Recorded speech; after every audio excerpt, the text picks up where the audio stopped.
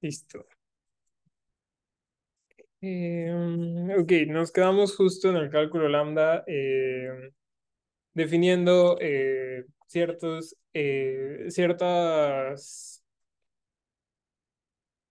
construcciones dentro del cálculo lambda, ¿no? Definimos naturales, definimos listas, definimos también pares, definimos booleanos, definimos diferentes operadores para trabajar con todas estas estructuras dentro del cálculo lambda. Todo esto visto desde un punto de vista profe, ¿cree que podamos ver ejemplos de la función suma? Es que sigo cómo funciona. Ok, podemos hacer un ejemplo de la función suma, ¿vale? Déjenme nada más. Bueno, vamos a hacer un ejemplo rápido para poder pasar con lo que sigue, ¿vale? Em, Igual en la nota que le subí, ahí hay ejemplos de beta reducciones. No estoy seguro de si hay un ejemplo de suma, pero hay ejemplos de varias beta reducciones. Entonces, la expresión aritmética, la expresión suma.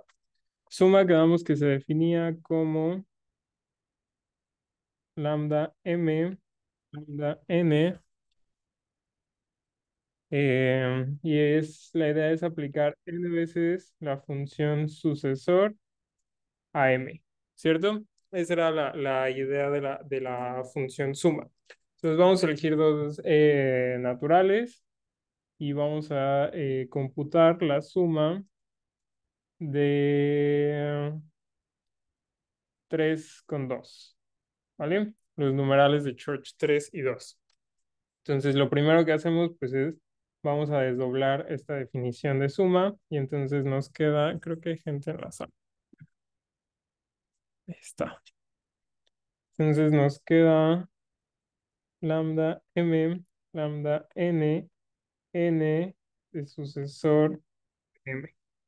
Todo eso aplicado con el número 3 y el número 2.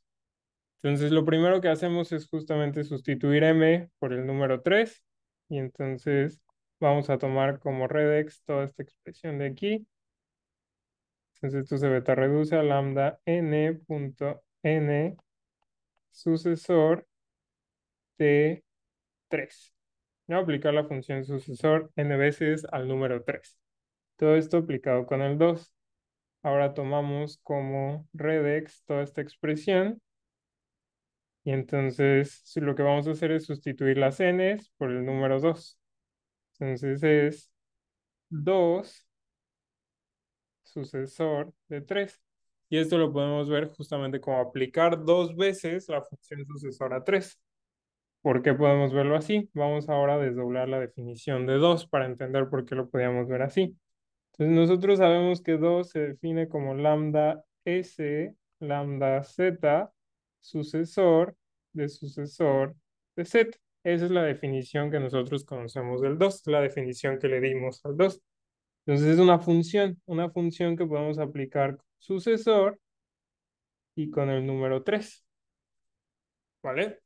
Entonces, lo que le estamos diciendo aquí es, esta es la función y estos son sus parámetros. Uno de sus parámetros es sucesor y el otro de sus parámetros es el 3. Déjenme copiar esto para seguir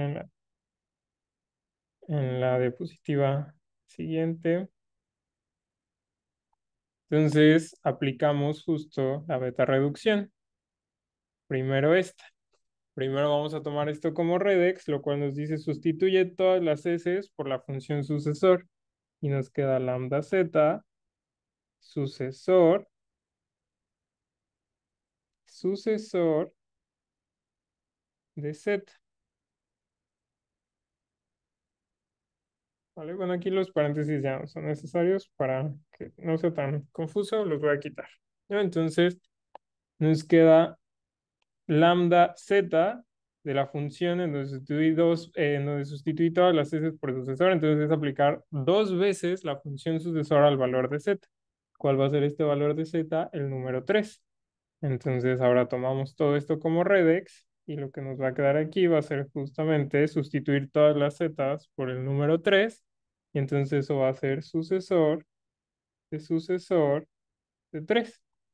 Y como nosotros sabemos que la función sucesor está bien definida, entonces nosotros ya sabemos que esto en algún número de pasos se va a beta reducir a sucesor de 4, porque sucesor de 3 eventualmente se va a volver el 4. Ya vimos que la función sucesor sí está bien definida. Y por último, sucesor de 4 se va a convertir eventualmente en 5, lo cual quiere decir que la suma de 3 con 2 va a dar como resultado 5. Lo que le estamos diciendo con esta definición de suma es aplica n veces la función sucesor al número m, ¿no? Entonces, aquí le estoy diciendo aplica dos veces la función sucesor al 3. ¿Esto qué quiere decir? Que voy a aplicar justo a lo que llegamos acá.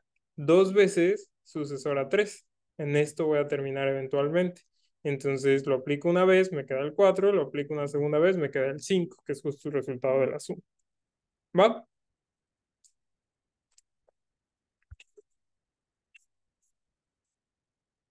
¿Alguna duda con la función suma? Todo claro.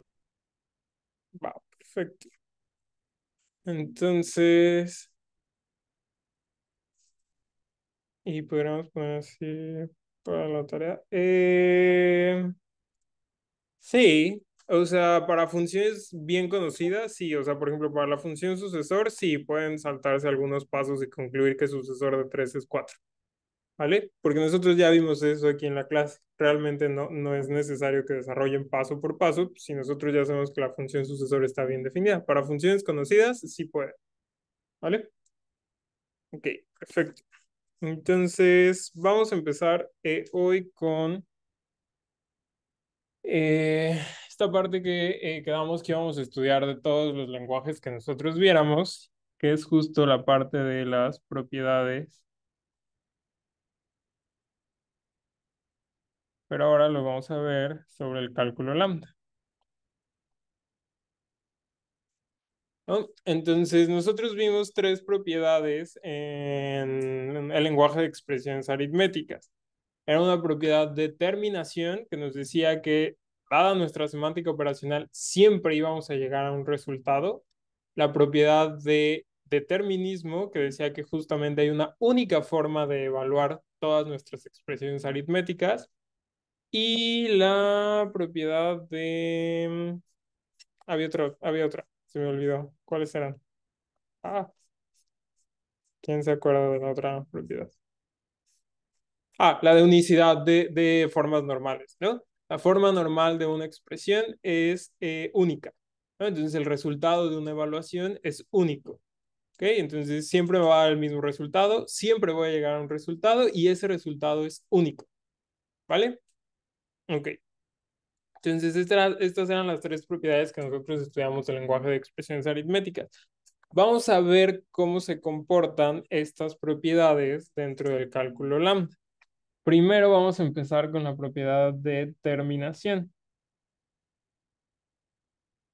La propiedad de terminación nos dice que nuestra semántica operacional siempre obtiene un resultado, siempre termina. Nosotros, cuando hablábamos del lenguaje de expresiones aritméticas, esto limita un poco el poder de expresividad de nuestro lenguaje, que en realidad los lenguajes de programación reales que existen, ninguno tiene esta propiedad de terminación, porque en cualquiera puedo escribir un programa que se cicle infinitamente. ¿Vale? Entonces, en cualquier lenguaje de programación imperativo yo puedo poner un while true y nunca va a terminar. En cualquier lenguaje de programación funcional yo puedo poner una función recursiva sin caso base y de nuevo jamás va a terminar. Entonces, la propiedad de terminación es algo que en general no se cumple en los lenguajes de programación. El cálculo lambda es uno de estos lenguajes que no cumple la propiedad de terminación. Entonces, en lugar de hablar de una propiedad de terminación, vamos a hablar de una propiedad de no terminación. ¿Okay? Entonces, para demostrar que el cálculo lambda no termina, que hay expresiones del lenguaje que se ciclan infinitamente, basta con exhibir cuáles son estas expresiones del lenguaje. Entonces, vamos a ver una expresión que no termina de evaluarse nunca. Entonces, la expresión está compuesta por omega minúscula, que lo vamos a definir como lambda x, x con x, Y la expresión se llama omega, pero omega mayúscula. Y omega mayúscula es solamente aplicar omega con omega, ¿vale? Esta expresión en el cálculo lambda, la voy a señalar aquí, yo digo que no termina. Yo digo que es una expresión que me ayuda a demostrar la propiedad de no terminación, es decir, una expresión que nunca va a llegar a su forma normal. ¿Cómo podemos comprobar eso? Pues vamos a ver si realmente llegamos a la forma normal o no. Entonces, nuestra única regla de semántica operacional es la beta reducción. Entonces, vamos a ver qué pasa si intentamos beta reducir esta expresión. Y sería justamente como lambda x punto x con x y todo eso aplicado con omega minúscula, ¿no? Aquí nada más desdoblamos una definición de omega. Entonces, lo que tenemos es, si desdoblamos la definición de omega minúscula, tenemos esto y todo eso lo queremos aplicar con omega minúscula de nuevo, porque eso es lo que nos está diciendo nuestra expresión, nuestro lambda término que nos va a dar la no terminación en el cálculo lambda. Entonces, este de aquí se va a beta reducir ¿a qué? Esta es una función y este es su parámetro. Entonces, ¿qué hago para evaluar según mi regla de beta reducción?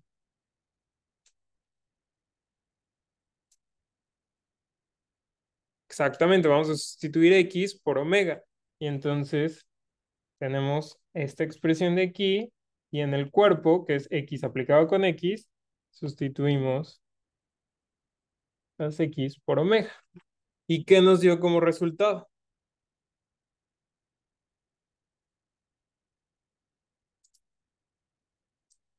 Exactamente, nos dio como resultado omega mayúscula. Entonces, lo que nosotros estamos diciendo aquí es que esto va a generar un ciclo infinito. ¿Qué ciclo? Omega se beta reduce en un paso a omega, que se beta reduce en un paso a omega, que se beta reduce en un paso a omega. ¿Cuándo voy a terminar? Nunca. Si siempre me está dando la misma expresión, entonces nunca voy a terminar de evaluar. Entonces, omega es una expresión que no tiene forma normal. ¿Qué está representando esto? Un programa cuya evaluación se cicla infinitamente. Un programa que se cicla y no termina de evaluarse nunca. Esto es lo que nosotros tenemos aquí. No hay forma, en un solo paso llegamos a la misma expresión. Entonces siempre vamos a llegar a la misma expresión y a la misma y a la misma y a la misma. No vamos a poder llegar a su forma normal porque siempre vamos a poder seguir aplicando la beta reducción. ¿Y a qué se debe esto? Y esto es algo muy importante, esto es algo que tenemos que notar de dónde viene esto. La noción de autoaplicación.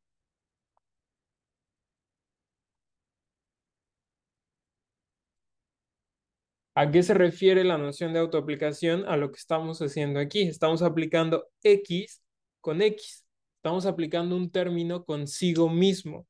Entonces es por eso que nuestro programa se cicla infinitamente, es por eso que nuestro lambda término se cicla infinitamente, porque lo que nosotros estamos viendo aquí es una noción de autoaplicación. La autoaplicación quiere decir aplicar un término, que es una función, consigo mismo, que es exactamente lo que tenemos aquí, omega aplicado con omega. Entonces el resultado siempre va a ser omega, ¿vale? Entonces, con esto nosotros ya vimos que el cálculo lambda no termina. No podemos garantizar que cualquier expresión en el cálculo lambda tiene forma normal. Y eso está bien. No necesitamos que una propiedad determine, lo que se conoce como una propiedad de determinación fuerte. La propiedad de determinación fuerte quiere decir que todas las expresiones de nuestro lenguaje terminan de evaluarse. En general, en los lenguajes de programación no necesitamos eso. En los lenguajes de programación podemos permitirnos que nuestras expresiones se ciclen infinitamente. Entonces, el cálculo lambda es uno de estos lenguajes que no termina. Es uno de los lenguajes que tiene una propiedad de no terminación. ¿Vale? ¿Alguna duda hasta aquí?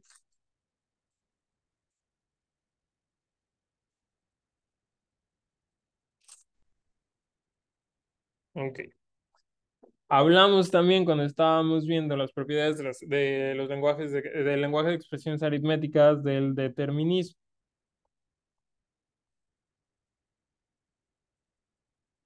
Y el determinismo es uno de esos conceptos que suenan como esenciales, que suena algo como necesario en la evaluación de un lenguaje de programación.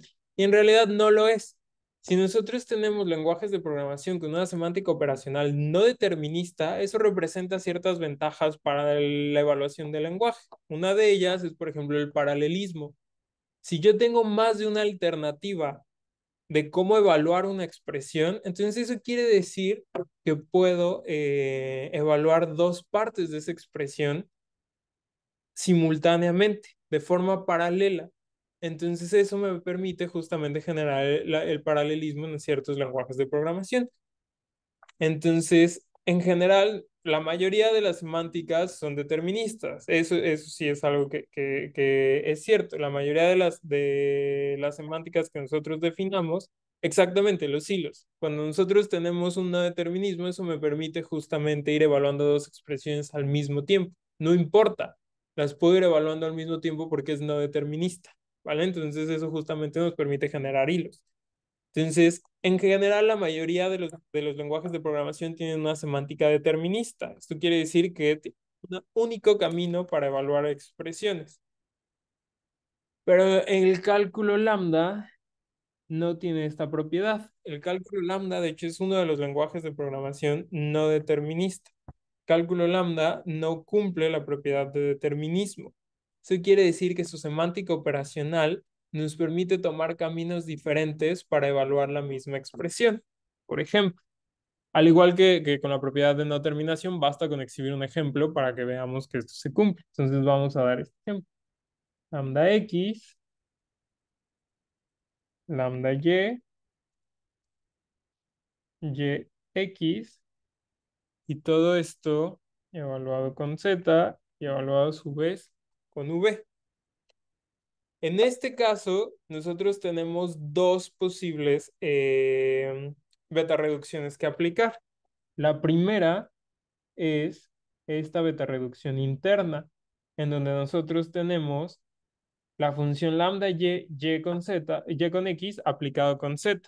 Pero tenemos también otra opción, esta, tomar este como redex. Es decir, esta es nuestra función y este es nuestro parámetro.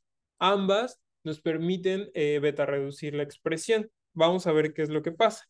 Si tomamos el camino del verde como nuestro redex, entonces lo que vamos a hacer es sustituir aquí de forma interna y por z.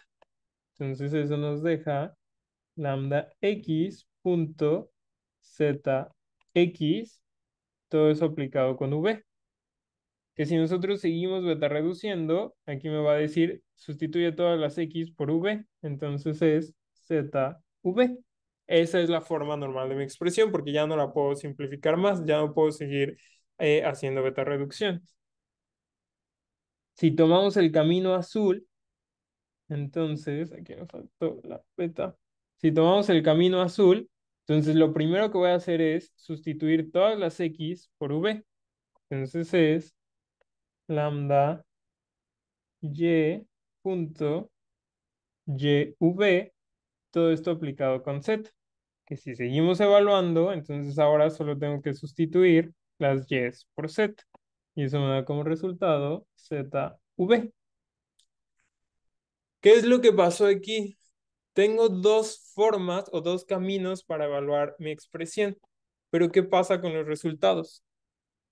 Tomé dos caminos diferentes, pero el resultado, ¿qué pasa con él? Resultado es el mismo, ¿no? Exactamente. El resultado es exactamente el mismo. El cálculo lambda es no determinista, pero tiene una propiedad igual de fuerte que el determinismo. Y esta propiedad es justo la propiedad que se conoce como confluencia.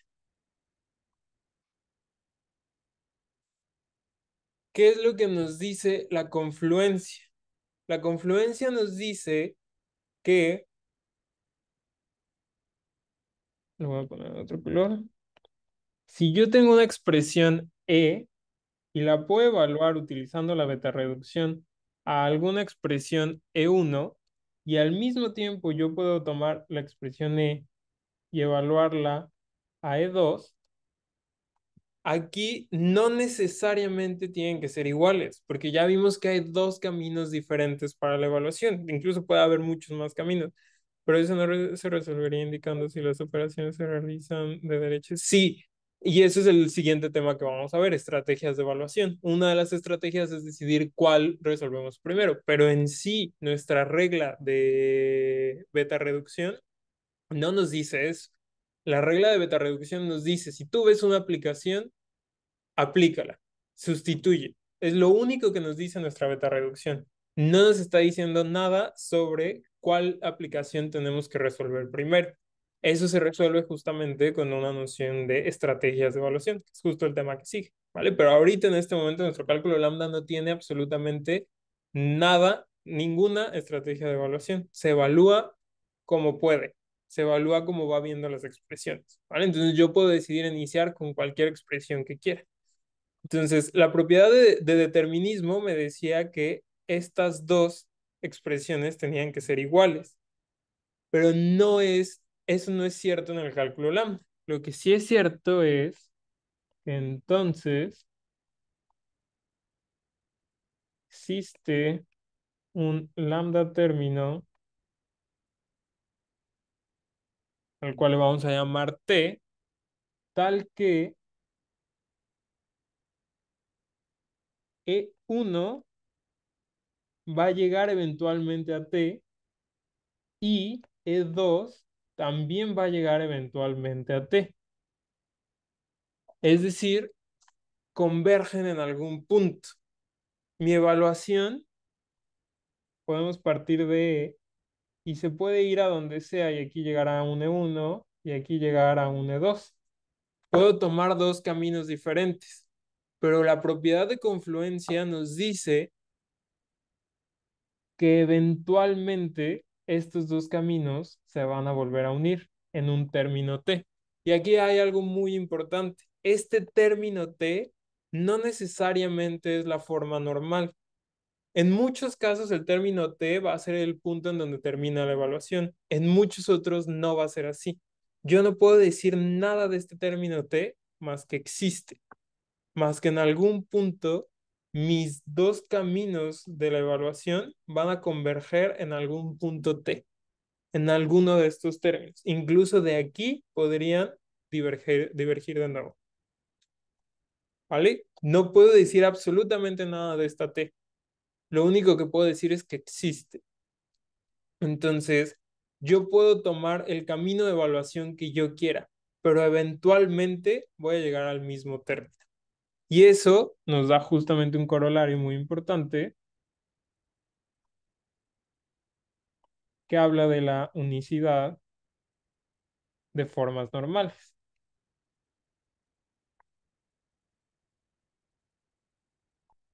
Entonces, la unicidad de formas normales nos va a decir que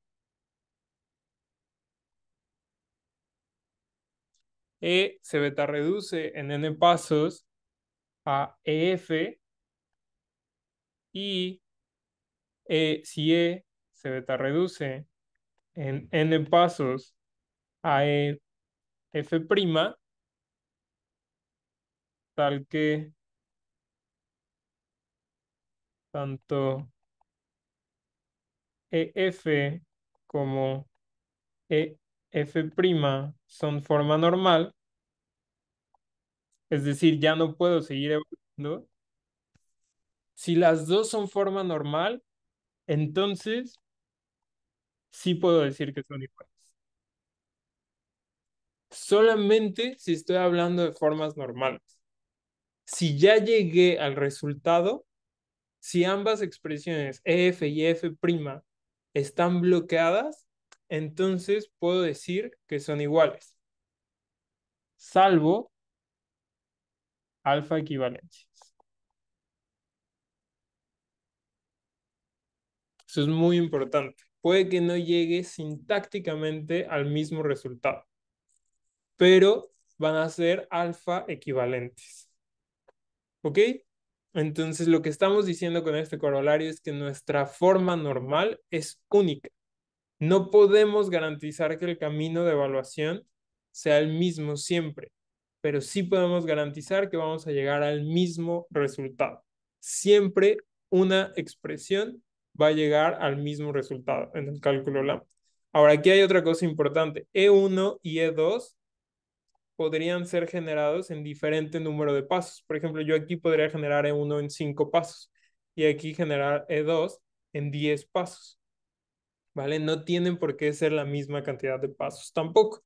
La confluencia puede tardarse más en un sentido que en el otro.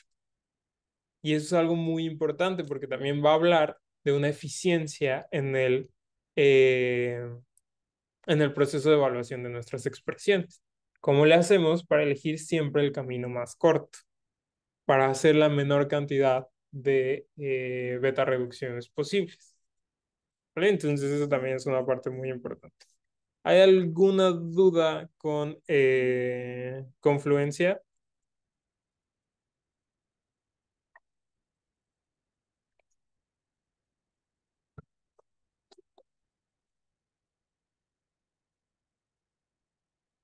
¿Todo bien? ¿Todo claro? Todo bien, profe. Va, perfecto. También hay que tener especial cuidado con la confluencia. ¿Por qué? Vamos a considerar el siguiente ejemplo. Lambda x punto y. Una función que siempre regresa a y, que ignora completamente su resultado, su parámetro. Pero ¿qué pasa si lo aplico con omega? Si yo tomo como redex toda la expresión, entonces de ahí llego, vamos a tomar como redex toda la expresión. Entonces, esto se beta reduce en un solo paso a y. Es una función que ignora su parámetro.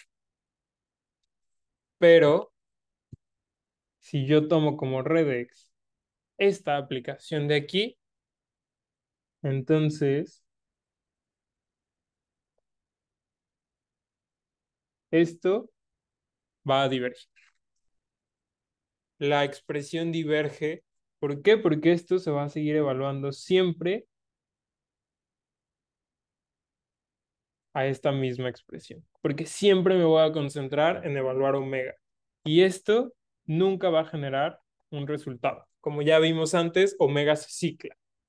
Entonces, es un parámetro que estoy ignorando completamente. No lo estoy evaluando, pero si yo decido evaluarlo antes de pasárselo a la función, nunca va a terminar. Si no lo evalúo y se lo paso así tal cual, la función termina y termina en un solo paso. Entonces es muy importante ver de qué forma vamos a evaluar nuestras expresiones. Y aquí hablamos de dos cosas muy importantes. Si yo le paso el parámetro así, sin evaluar, esto es lo que se conoce como evaluación perezosa. ¿Sí se escribe así perezosa? Bueno, no importa. ¿En qué sentido? Es perezoso porque no estoy evaluando el parámetro. Se lo paso así, tal cual, como existe. Este es el tipo de evaluación que usa Haskell. Ahorita hablamos un poquito más de eso. Si yo lo quiero evaluar antes de pasárselo como parámetro, esto es lo que se conoce como evaluación ansiosa. Siempre quiere estar evaluando lo que se pueda evaluar. Si yo utilizo evaluación perezosa, esto termina. Si yo utilizo evaluación ansiosa, esto se cicla infinitamente. ¿Ok? Este es el siguiente tema que vamos a ver, que habla de estas evaluaciones. ¿Vale? Más adelante lo tocamos con más detalle. Pero es muy importante notar esta parte dentro de nuestra confluencia. Depende del término que nosotros elijamos o depende del redex con el cual nosotros vayamos a evaluar si una expresión termina o no. Y también, como les decía hace rato, depende si termina en un paso o termina en 50. Y es algo que tenemos que tener, es algo para lo cual tenemos que eh, estar preparados. Es algo que tenemos que analizar. ¿Qué nos conviene más, esto o esto? Más adelante vamos a ver cuáles son las ventajas y desventajas de cada uno. ¿Vale? ¿Alguna duda hasta aquí?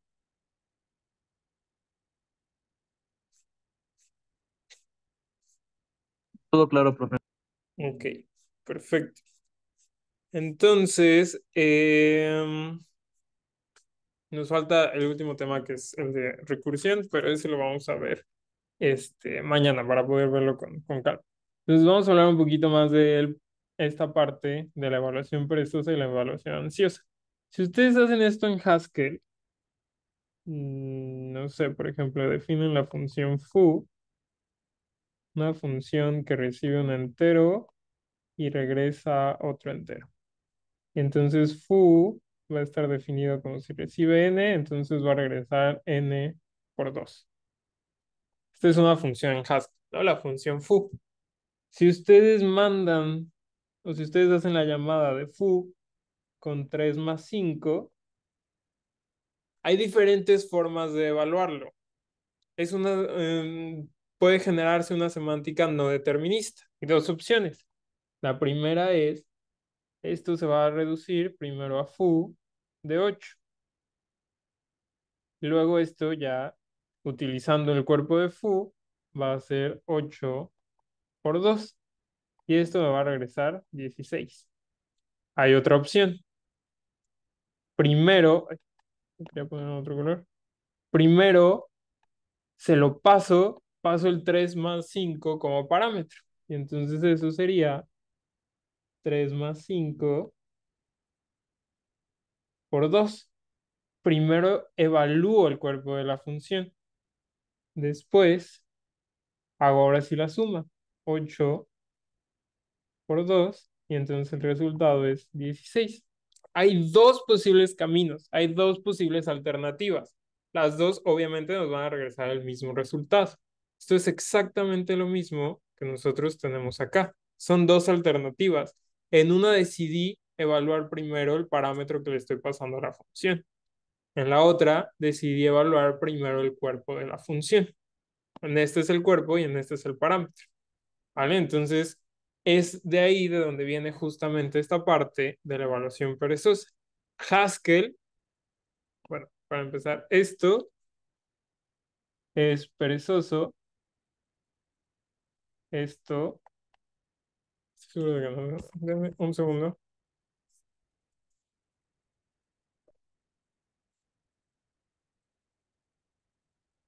ok, se escribe así.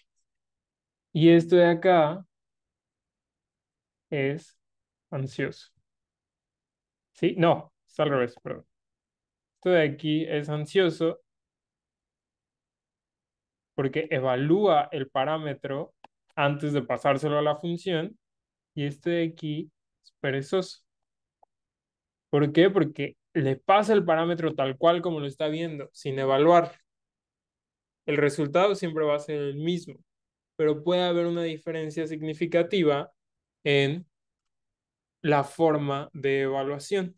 ¿Ok? Entonces, tenemos que decidir cuál de las dos utilizar. Son dos estrategias de evaluación, son dos formas de evaluar. No es que una sea mejor que otra. Una tiene ciertas características y otra tiene otras características. Entonces, como diseñadores de lenguajes de programación, tenemos que decidir cuál utilizar. ¿Vale? Yo creo que el viernes vamos a comenzar este tema para ver cuáles son las ventajas de una respecto a la otra. ¿Ok? ¿Hay alguna duda con esto?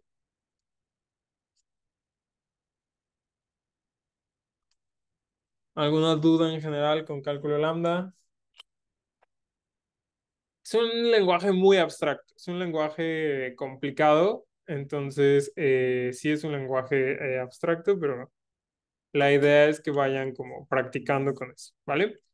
Yo creo que pues ya pronto tendríamos que ir viendo sobre lo de la segunda tarea examen. Quiero ver la parte de estrategias de evaluación mínimo antes de dejar la segunda tarea examen. Entonces, probablemente, no es un hecho, pero probablemente la tarea examen se publique la próxima semana o a más tardar dentro de 2 semanas, ¿vale? Para que estén listos con esto. ¿Cómo van en el laboratorio?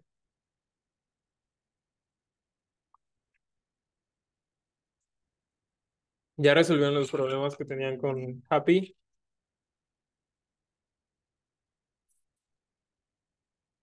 Con mi equipo mal, porque la práctica me está costando entenderla al 100. Ok, hay algunos temas que no hemos visto de la práctica, entonces supongo que es normal que no le estén entendiendo al 100. Este, vamos a avanzar un poquito más y si ven que sigue habiendo complicaciones en eso, podemos agendar como una sesión extra de laboratorio, ya sea conmigo o con Ramón, para clarificar estos temas, ¿va? Bueno, es que apenas vamos a ver lo de la evaluación perezosa así en el lab. Sí, se supone que hoy lo van a ver, mañana, hoy es martes y mañana lo van a ver con Ramón. Este, y el viernes lo vemos aquí en teoría, ¿vale? Mañana van a ver justo cómo implementarlo y el viernes ya lo vemos aquí en teoría, ¿vale? Va, perfecto. Entonces, bueno, vamos a dejar la clase hasta aquí. Nos vemos el miércoles, mañana. Cuídense.